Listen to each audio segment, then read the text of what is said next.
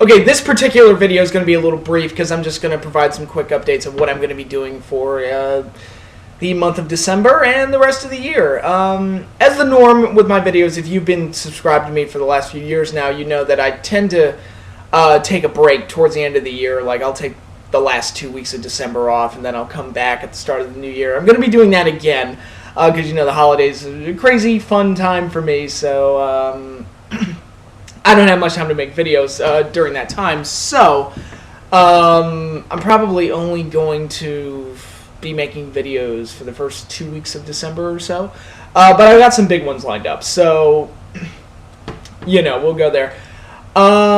Quick thing I wanted to do first in this video, I wanted to have like a quick response to the reaction to my last video where I talked about how I support the unification match, and again, I support, you know, having one world champion in general. I would much rather have one grand world champion, even if it is John Cena, than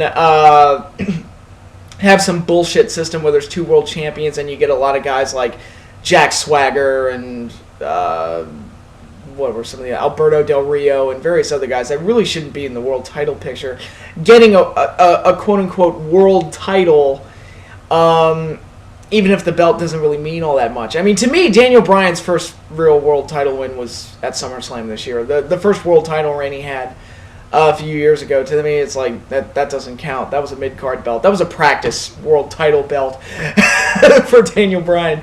Like, his short-lived victory at SummerSlam, to me, was more meaningful than the reign where he held it for a few months. But, you know, to each his own. I like the idea of having just one world champion where, you know, none of that, like, bullshit will come to play, and it'll actually mean something when people win not only the world title, but it'll mean more when they win Money in the Bank. It'll mean more when they win the Royal Rumble. It'll be a lot harder to get one, so that when they do win one, it'll actually feel like a big deal.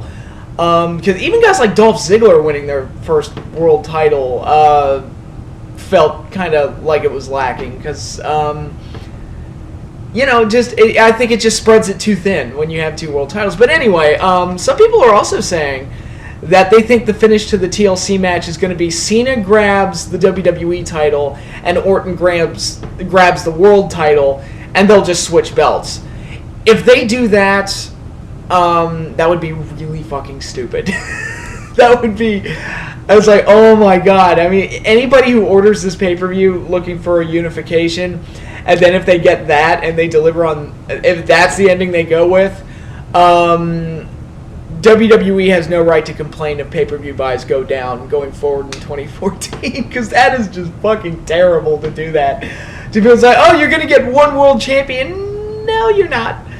But now that it's been presented to me and people have seemed convinced that it happens, like, you know what, that kind of scares me. It makes me think it might happen. But I have my doubts, just because it would be so stupid to do that. I don't see the upside to doing that at all. But again, we shall see.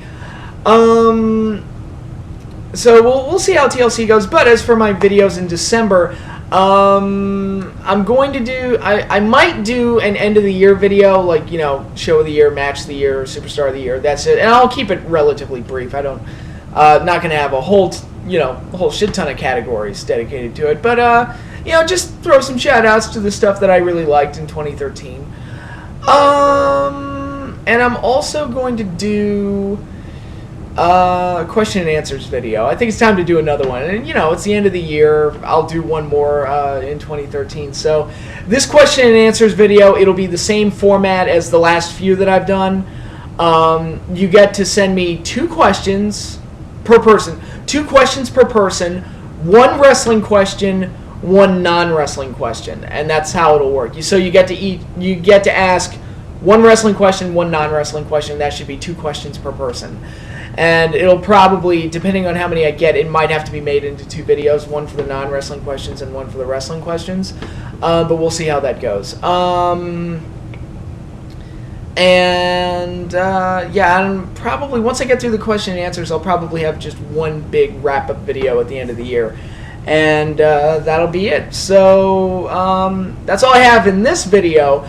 So again, you want to send me questions, just private message me here on YouTube, or I don't know, because the whole Google Plus merger thing, the way that they're doing YouTube now is really weird. I don't know how the private messaging, I hope it's still as easy, I don't know, but Google Plus is insanely annoying. But if you have any problems sending me the questions, just comment on this video and I'll come up with another way to do it. But for right now, just send me a message on my YouTube channel, label it Q&A or question and answer so I know what you're talking about. And I'll read your questions and then answer them when I get around to filming those videos. But for right now, that's all I have. Hope you all had a great Thanksgiving. Hope nobody got hurt on Black Friday. And hope you all continue to enjoy your weekend. And I'll be back next week with more big videos. So stay tuned.